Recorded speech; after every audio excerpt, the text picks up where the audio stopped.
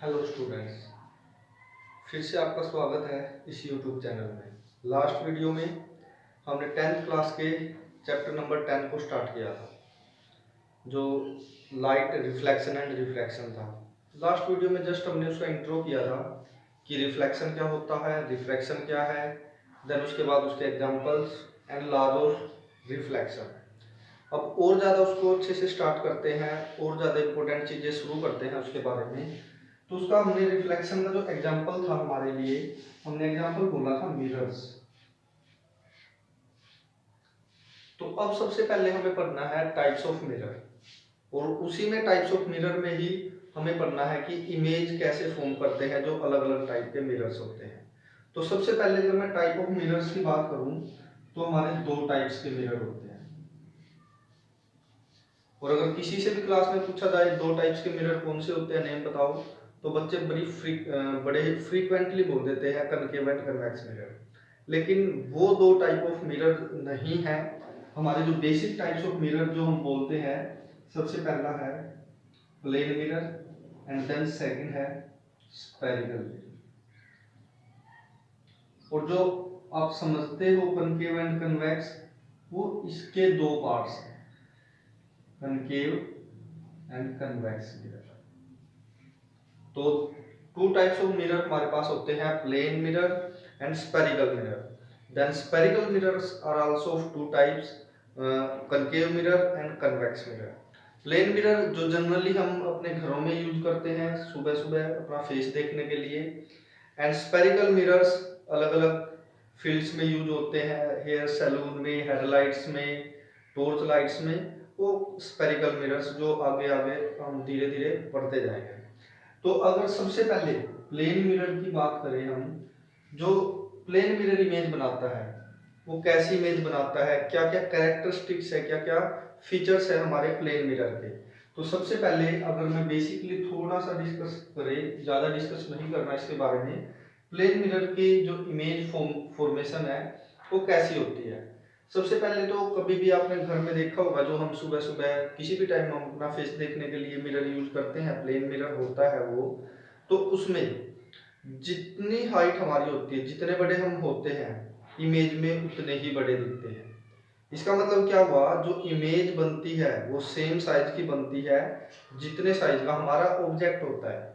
Means same size image, same size image. सबसे पहली बात तो ये आ जाती है कि सेम साइज की इमेज बनती है। दूसरी बात क्या आती है कि जितनी दूर हम मिरर से खड़े होते हैं उतनी ही पीछे हमें, उतनी ही दूरी पर हमें हमारी इमेज दिखाई देती है। मींस मिरर से जो ऑब्जेक्ट का डिस्टेंस है और मिरर से जो इमेज का डिस्टेंस होगा वो दोनों इक्वल होंगे। इसका मतलब क्या हुआ, अगर सेकंड पॉइंट में मैं बात करूं कि जो कैरेक्टरिस्टिक्स है वो कैसी होती है, कैरेक्टरिस्टिक की बात करूं तो इमेज डिस्टेंस किसके इक्वल होता है, हमारा ऑब्जेक्ट डिस्टेंस के। तो सेकंड पॉइंट में मैंने शॉर्ट में लिखा है कि image distance and object distance from the mirror are always equal. ये हमारा सेकंड पॉइंट था। उसके बाद जो थर्ड अगर कैरेक्टरिस्टिक की मैं बात करूं, तो कभी भी आप डेली लाइफ में मिरर में देख सकते हैं कि मिरर में अगर हम अपना राइट हैंड अप करेंगे, उठाएंगे मिरर के सामने, तो वो हमें वहां पर लेफ्ट साइड में दिखाई देगा। इसका मतलब क्या हुआ कि जो हमारा राइट साइड होती है वो हमें लेफ्ट दिखाई देती है, और जो लेफ्ट होती है वो राइट में दिखाई देती है। मींस जो हमारी इमेज फॉर्म्ड होती है वो इन्वर्टेड, लेकिन कंप्लीटली इन्वर्टेड नहीं होती वो हमारी इमेज, वो लेटरली इन्वर्टेड होती है। तो क्या है, image formed is laterally inverted. Laterally inverted means orientation सिर्फ चेंज होता है, ओरिएंटेशन चेंजेस। ओरिएंटेशन चेंज होने का मतलब लेफ्ट का राइट दिखना, राइट का लेफ्ट दिखना। तो ये दो तीन कैरेक्टरिस्टिक्स हम जनरली याद रख सकते हैं प्लेन मिरर के बारे में, कि सेम साइज की इमेज फॉर्म करता है हमारे जो होता है वो। उसके बाद image distance object distance equal होता है, इमेज फॉर्म्ड लेटरली इन्वर्टेड होती है, और अगर एक और बात करें हम, वो हमेशा वर्चुअल इरेक्ट होगी, virtual and erect. Virtual and erect means, virtual का मींस कि हम उसको स्क्रीन पर नहीं ले सकते, एंड इरेक्ट मींस वो सीधी होती है, वो उल्टी नहीं होती है। जैसे अगर हम सीधे खड़े हैं तो मिरर में हम खुद को, जो हमारी इमेज होगी खुद की, वो सीधी ही दिखाई देगी। तो ये कुछ कैरेक्टरिस्टिक्स थी जो हमने प्लेन मिरर की डिस्कस की। इतनी ज्यादा इंपॉर्टेंट नहीं है, लेकिन कभी कभी यहाँ से भी क्वेश्चन अराइज हो सकता है। अब जनरली जो मेन टॉपिक है वो स्टार्ट करते हैं स्फेरिकल मिरर। दो टाइप्स होते हैं, कनकेव एंड कन्वेक्स मिरर। अब अगर मैं स्फेयर यहाँ पे 2D में बनाने की कोशिश करूं तो स्फेयर एज ए सर्कल दिखाई देगा हमें ऐसे, और कोई भी स्फेयर होता है उसका कुछ ना कुछ सेंटर जरूर होता है। देन अगर कनकेव और कन्वेक्स मिरर का एग्जांपल ले तो हमने घर में स्पून, सबके घर में होगी, सबने देखी होगी।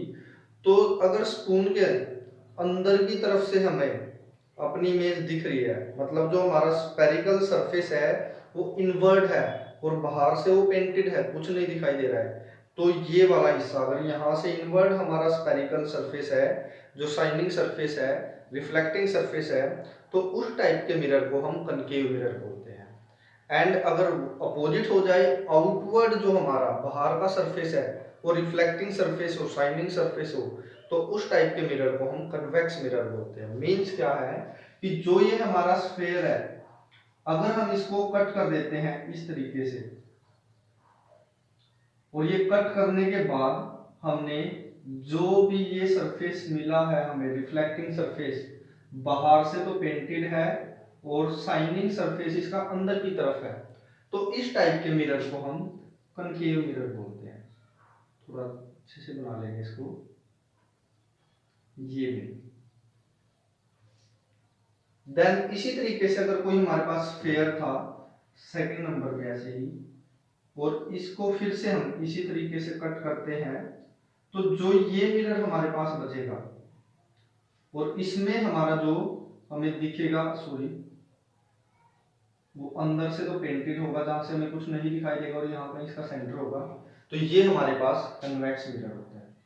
कन्वेक्स मिरर, ये जिस तरफ ये मैंने लाइनिंग कर दी है, इसका मतलब होता है यहाँ से हमें नहीं दिख रहा है, यहाँ से वो पेंटेड है और शाइनिंग सरफेस उसका दूसरी तरफ है।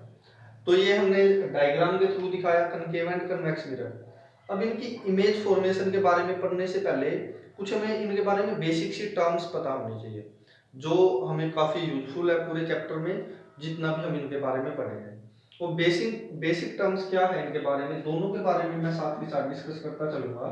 सबसे पहले जो हमारा शाइनिंग सरफेस होता है, ये स्फेयर का मिरर जो हमने काटा हुआ है, उसके मिडल में, बिल्कुल उसके सरफेस के बीच पे एक हम पॉइंट लेके चलते हैं जिसको पी से डिनोट करते हैं हम, और इस पी को हम पोल बोलते हैं। क्या? पोल, जिसको पी से डिनोट करते हैं। तो पोल क्या होता है? ये हमारा मिड पॉइंट होता है of the mirror, mid point on the surface of mirror. दोनों के लिए सेम बात है। इसी तरीके से फिर से, अब जब हमने ये चीज देखी कि दोनों मिरर से हमारे स्फेयर के पार्ट है, स्फेयर के पोर्शन है, अब किसी भी स्फेयर का कुछ ना कुछ सेंटर जरूर होता है, तो वही सेंटर जो स्फेयर, जिस स्फेयर का पार्ट हमने मिरर को बनाया है, उसी सेंटर को हम यहाँ पर सी से डिनोट करते हैं। मैं यहाँ पे दिखा देता हूँ, ये थोड़ा अच्छे से दिखाई देगा आपको, सी से, और यहाँ पे भी मैं ऐसे लिख देता हूँ, ये सी है, और इस सी को भी हम सेंटर ऑफ कर्वेचर बोलेंगे, जिसको सी से डिनोट करेंगे। और इस सेंटर ऑफ कर्वेचर क्या है कि it is the centre of sphere of which mirror is the part, कि जिस स्फीयर का मिरर पार्ट है उसके सेंटर को ही हम सेंटर ऑफ कर्वेचर बोलते हैं। और इसी तरीके से सेंटर सी से और पोल तक के डिस्टेंस को हम क्या बोलेंगे, radius of curvature, radius of curvature, जिसको हम कैपिटल आर से डिनोट कर लेंगे। तो रेडियस ऑफ कर्वेचर भी क्या है कि it is the distance from centre of curvature to the pole, क्या, distance between pole and centre, इसको हम बोलेंगे, ये हमारे पास रेडियस ऑफ कर्वेचर है। इसी तरीके से अब फिर से एक और हमारे यहाँ पर आता है like word principal axis, principal axis, ये कुछ वो टर्म्स है जो हमें याद रखनी है मिरर से रिलेटेड, स्फेरिकल मिरर से रिलेटेड, जो हमारी इमेज फॉर्मेशन में और मैक्सिमम क्वेश्चंस में काम आएगी। तो प्रिंसिपल एक्सिस क्या होती है, जो ये इमेजिनरी लाइन है जो सेंटर ऑफ कर्वेचर पोल से होकर जा रही है, उसको हम बोलते हैं principal axis, imaginary line passing through C and P, जो इमेजिनरी लाइन पास कर रही है सी एंड पी से, हम उसको बोलते हैं प्रिंसिपल एक्सिस। देन एक और पॉइंट बचता है बस, उसके बाद ये इससे रिलेटेड जो टर्म्स है खत्म हो जाएगी। अगर हम सेंटर ऑफ कर्वेचर और पोल के बीच में बिल्कुल यहाँ पे पॉइंट ले, उसको प्रिंसिपल फोकस बोलते हैं। और प्रिंसिपल फोकस क्या है, मैं ऊपर लिख देता हूँ इसको, प्रिंसिपल फोकस, ये पॉइंट है, पॉइंट या mid point between C and P, C and P centre of curvature and pole के बिल्कुल बीच में जो मिड पॉइंट है उसको हम सेंटर ऑफ कर्वेचर बोलते, सॉरी प्रिंसिपल फोकस बोलते हैं। एंड सेम यहीं से बात आ जाती है फोकल लेंथ की, फोकल लेंथ, प्रिंसिपल फोकस को हम कैपिटल एफ से डिनोट करते हैं, फोकल लेंथ को स्मॉल एफ से। और ये क्या है, ये डिस्टेंस है, distance between pole and F. और मिरर्स में हम सारे डिस्टेंसेस पोल से ही मेजर करते हैं, पोल से ही स्टार्ट होते हैं। तो मैंने क्या क्या टर्म्स डिस्कस की इनके बारे में, पोल जो मिड पॉइंट है हमारा मिरर के ऊपर, देन उसके बाद सी सेंटर ऑफ कर्वेचर, उसके बाद रेडियस ऑफ कर्वेचर जो डिस्टेंस था हमारा पोल और सेंटर के बीच में, देन प्रिंसिपल एक्सिस एक इमेजिनरी लाइन है जो सी एंड पी से पास करती है, प्रिंसिपल फोकस ये मिड पॉइंट है सी एंड पी का, और फोकल लेंथ ये डिस्टेंस है हमारी पोल और एफ के बीच में, प्रिंसिपल फोकस के बीच में। ये वो कुछ टर्म्स थी, अभी शायद आपको लगेगा पता नहीं क्या यूज होता है इनका, कैसे यूज होता है, हम इनको नेक्स्ट पोर्शन में जब भी हम डिस्कस करेंगे नेक्स्ट वीडियो में हम इनको पढ़ेंगे। और ये जितनी भी मैंने टर्म्स लिखी है दोनों मिरर्स के लिए सेम होती हैं, इनके ऊपर कुछ इफेक्ट नहीं पड़ता।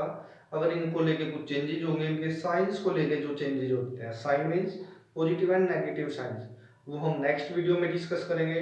तब तक के लिए आप देखते रहें इस वीडियो को, और इनसे पहले जो मैंने वीडियो डाली हुई है, फिर भी कोई डाउट आए तो आप टेक्स्ट कर सकते हैं कमेंट सेक्शन में, और कुछ भी अपने डाउट्स को क्लियर कर सकते हैं। उसके लिए तब तक के लिए thank you and have a nice day.